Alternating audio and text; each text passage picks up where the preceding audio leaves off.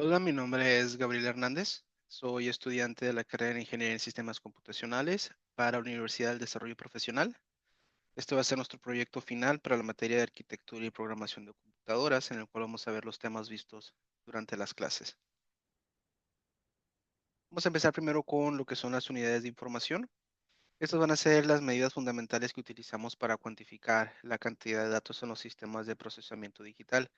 Nosotros vamos a tener en un sistema binario la unidad básica que va a ser el bit, la cual puede tener solamente uno de dos valores, ya sea uno o cero.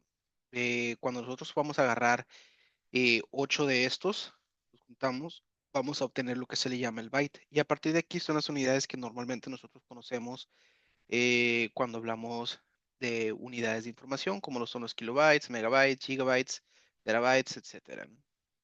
Aquí también habría que distinguir entre aquellos que son en sistema binario y los que son en potencia de 10 o o unidades decimales. Entonces aquí vamos a poder ver los diferentes tipos de unidades de información que tenemos.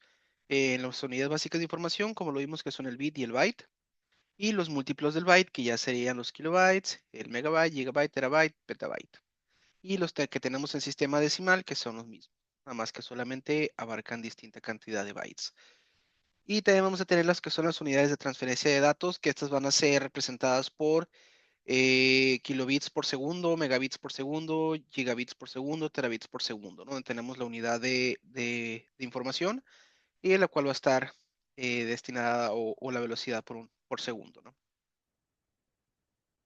Ahora vamos a ver lo que son los sistemas numéricos. Entre ellos vamos a ver solamente cuatro, los principales que nos interesan. El primero sería el sistema decimal, que va a ser la base 10, que este es el sistema que nosotros manejamos desde que estamos chicos, ¿no? Es el que usamos en la vida cotidiana, que va a tener 10 dígitos que van desde el 0 al 9. Después vamos a tener lo que es el sistema binario, que este ya es base 2 y es el sistema que van a utilizar las computadoras y la mayoría de los dispositivos digitales. Estos van a tener solamente dos dígitos, como ya lo vimos anteriormente, 0 y 1, y cada posición va a ser presentada por una potencia de 2. En el sistema octal vamos a utilizar 8 dígitos que van desde el 0 hasta el 7 y este va a estar muy relacionado con el sistema binario, ya que 8 va a ser 2 a la 3, o es decir, 1, 0, 0, ¿no? Entonces, aquí podemos ver que este se va a utilizar en antiguas arquitecturas de computadoras. Y vamos a ver ahora lo que es el sistema hexadecimal, o que sería base 16. Este va a usar 16 símbolos, que van los números desde el 0 al 9, y a partir de aquí empiezan la letra A hasta la letra F, ¿no? Y de nuevo, este también se va a relacionar con el sistema binario, ya que 16 es 2 a la 4. Este se utiliza más en programación para paletas de colores, direcciones de memoria y representación compacta de datos binarios. Entonces aquí vamos a ver también un listado de cómo hacer conversiones de sistemas entre sistemas. Vamos a ver solamente uno, ya que son demasiados y pues esto se va a perder entre los pasos. Si vamos a convertir números que estén en el sistema decimal a un sistema binario, vamos a tener tres pasos, el cual primero sería dividir el número decimal entre 2 y guardar el residuo, y así lo vamos a seguir haciendo hasta que el cociente sea cero. Y esto lo único que tendríamos que hacer es tomar el conjunto de residuos de abajo hacia arriba, y ese sería nuestro número binario. Ahora vamos a ver un poquito sobre lo que son las operaciones en los diferentes sistemas numéricos. Vamos a empezar primero que nada con la suma. Cuando estamos hablando del sistema decimal, pues este ya es el que conocemos desde que estamos chicos. Sería sumar los dígitos de derecha a izquierda con acarreo cuando el resultado supere 9. Es decir, si el resultado me da 10, 11, 12 o etcétera, nosotros vamos a tomar solamente en la unidad, y el decimal o el número que acompaña al número se va a tomar como un acarreo hacia el siguiente. Entonces, vamos a ver ahora lo que sería el número, pero la suma en los números binarios. Esta va a tener tres reglas básicas, que sería el 0 más 0 va a ser igual a 0, el 0 más 1 va a ser igual a 1, y 1 más 1 es igual a 0 con acarreo de 1. Aquí ya nada más se trasladan los acarreos entre las columnas. Cuando estamos hablando de base 8 y base 16, se van a aplicar las mismas reglas, solamente que el acarreo va a ocurrir cuando el resultado alcance 8 en octal y 16 en hexadecimal. Ahora vamos a ver lo que es la resta. Esta en decimal sería simplemente realizarla de derecha a izquierda y pidiendo préstamo, que sería algo así como lo contrario al acarreo, cuando el minuendo es menor que el sustraendo. En binario, lo que estaríamos haciendo es convertir estaríamos convirtiendo estaríamos usando, perdón, el complemento para convertir la resta en una suma. Y en octal y hexadecimal se va a seguir la misma lógica que en el decimal, solamente que estaríamos agarrando de nuevo como lo anterior, los límites de valores entre el 0 y el 7 y sería desde el 0 hasta el 9 y luego a partir de ahí sería de la A hasta la F, ¿no? Ahí estaríamos tomando lo que sería el préstamo. Luego, cuando estamos hablando de multiplicaciones, pues en base 10 vamos a multiplicar los dígitos y se van a sumar los productos parciales desplazados según la posición. En binario solo se usan ceros y 1, por lo que la multiplicación se reduce a un número multiplicado por 0, me va a dar 0, y un número multiplicado por 1, pues se copia tal cual está. Al final se van a sumar los productos parciales desplazados según la posición del bit multiplicador. En octal y hexadecimal se van a aplicar las reglas similares, sin embargo, aquí ya se utilizan tablas de multiplicación para agilizar estos cálculos. Cuando hablamos de operaciones lógicas, estas van a constituir otra herramienta esencial, ya que en un contexto digital se van a emplear principalmente en el sistema binario, donde los operandos son bits. Estas operaciones son lógicas básicas, incluyen el AND, OR, NOT o XOR. En este caso, la operación AND va a comparar dos bits y va a retornar uno o verdadero solamente cuando ambos son uno. La operación OR va a devolver uno si al menos uno de los bits es uno. Y la operación NOT va a invertir el valor del bit, convirtiendo en 0 el 1 y el 1 en 0. Y la operación XOR o exclusivo va a retornar uno solo cuando los bits sean diferentes. Vamos a hablar un poco sobre los microprocesadores. Específicamente primero sobre la arquitectura. Esta va a ser definida por la organización interna y el diseño de los componentes, lo cual va a permitir la ejecución de instrucciones, el acceso a la memoria y la gestión de registros. Entre los elementos claves de los microprocesadores vamos a encontrar la unidad de control, la cual va a ser encargada de interpretar y coordinar instrucciones, la unidad aritmética y lógica, que realiza cálculos matemáticos y operaciones lógicas. También los registros, que van a almacenar datos temporalmente, y el bus de datos, que va a facilitar la comunicación entre los distintos componentes. Ahora, cuando hablamos de arquitectura, vamos a tener dos enfoques principales en los procesadores, como lo son los CISC o Complex Instruction Set Computing, que se va a caracterizar por instrucciones complejas que pueden realizar varias operaciones en un solo ciclo.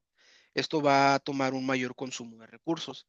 Y también tenemos los RISC, que van a ser Reduced Instruction Set Computing, los cuales emplean instrucciones más simples y uniformes, lo cual va a optimizar la velocidad y eficiencia del procesamiento. Ahora vamos a ver lo que son los registros en el microprocesador, los cuales son pequeñas unidades de memoria de alta velocidad que se van a almacenar, donde se van a almacenar datos e instrucciones temporalmente para agilizar la ejecución de los programas. Estas se van a dividir en cuatro categorías según su según su función dentro del sistema. La primera son los registros de propósito general, los cuales van a ser usados para datos y direccionamiento. Luego tenemos los registros de instrucción, que van a controlar el flujo de la ejecución. También los registros de acceso a memoria, que van a facilitar la lectura y escritura. Y por último, los registros de estado y control, que nos van a indicar el estado del procesador. Vamos a ver un poquito sobre lo que son los buses. En este caso, este va a ser un sistema de comunicación que va a transferir datos entre los distintos componentes de un ordenador, como la CPU, la memoria RAM y los dispositivos de entrada y salida. Este sistema está compuesto por conexiones físicas como cables o pistas en una placa de circuito impreso, que van a permitir la circulación de información dentro del sistema informático. De estos vamos a tener principalmente tres, que va a ser el bus de datos, que va a facilitar el intercambio de información entre el CPU y el resto de los componentes. El bus de direcciones, que va a transportar la dirección de memoria o dispositivos con el que el CPU desea comunicarse. Con esto va a permitir la selección de la ubicación específica de los datos. Y por último, el bus de control que va a gestionar el uso y acceso de las líneas de datos y de direcciones, eh, haciendo transmisión de órdenes y señales de temporización entre los módulos. Ahora avancemos a lo que es la programación ensamblador. Esta se va a basar en la escritura de instrucciones en un lenguaje de bajo nivel, directamente relacionadas con el conjunto de instrucciones del procesador. A diferencia de otros lenguajes de alto nivel, como lo son Python, JavaScript, etcétera, el ensamblador va a trabajar con una sintaxis específica que se traduce en cada una de las instrucciones en un código de máquina, lo que va a permitir un mayor control sobre el hardware. Este se va a utilizar en sistemas embebidos, controladores de hardware, optimización de rendimiento y situaciones donde el acceso directo a los registros y la memoria va a ser esencial. Algunos de los requisitos para programar en ensamblador son tener un editor de texto que nos va a permitir escribir el código, un ensamblador que nos va a traducir nuestras instrucciones a código máquina, un simulador o si ya queremos trabajar directamente en un procesador real donde ejecutar el programa. Y pues lo más importante, ¿no? Entender cómo funciona la arquitectura del procesador que estamos programando, ya que no van a ser el mismo tipo de instrucciones en cada uno de los procesadores. Ahora, los programas en ensamblador van a contar con tres partes principales. La primera sería la sección de datos, donde vamos a definir las variables y constantes que vamos a utilizar. Después vamos a tener la sección de código, donde vamos a escribir las instrucciones que el procesador va a realizar. Y por último, la sección de pila, donde vamos a utilizarla para manejar datos temporales, como cuando llamamos una función y necesitamos recordar de dónde venimos. Dentro del mismo lenguaje ensamblador vamos a ver palabras reservadas y lo que son las variables y los tipos de constantes que tenemos. Dentro de las palabras reservadas, pues estas van a ser términos predefinidos por el lenguaje, ya en este caso, que van a tener un significado específico y que no van a poder ser utilizadas como nombres de variables, etiquetas o identificadores. Vamos a tener distintos tipos, entre ellas vamos a tener lo que serían las directivas, que son palabras que indican al ensamblador cómo organizar el código, el control de flujo, que van a servir para realizar saltos y estructuras de control en el código, manipulación de datos que nos van a permitir mover o manipular datos de memoria, las instrucciones aritméticas y lógicas que pues estas ya hacen acciones más específicas como operaciones matemáticas y de manipulación de bit como ya lo vimos anteriormente. Y por último las de manejo de cadenas que van a ser operaciones específicas para manipular cadenas de caracteres. Las variables en ensamblador van a representar espacios de memoria donde vamos a almacenar datos. A diferencia de con los otros lenguajes, nosotros tenemos que especificar la dirección y el tipo de dato que se estaría guardando en esa dirección manualmente.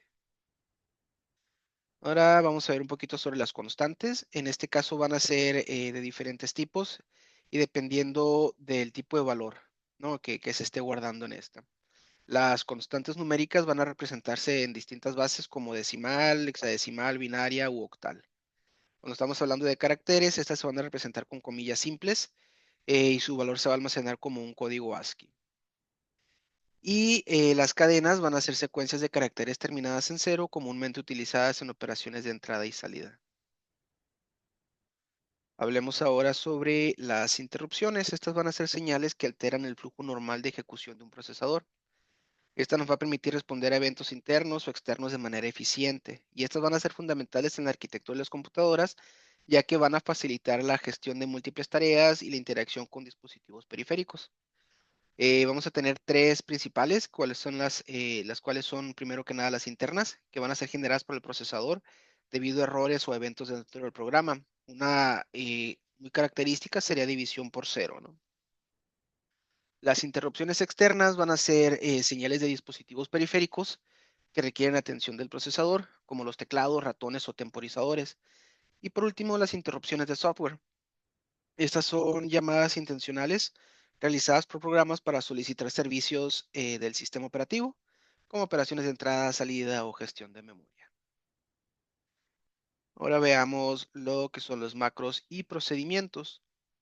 Pues los macros van a ser fragmentos de código definidos por nosotros, por el programador, que pueden reutilizarse en diferentes partes del programa. Estos se van a expandir completamente en el lugar donde lo estemos llamando o invocando.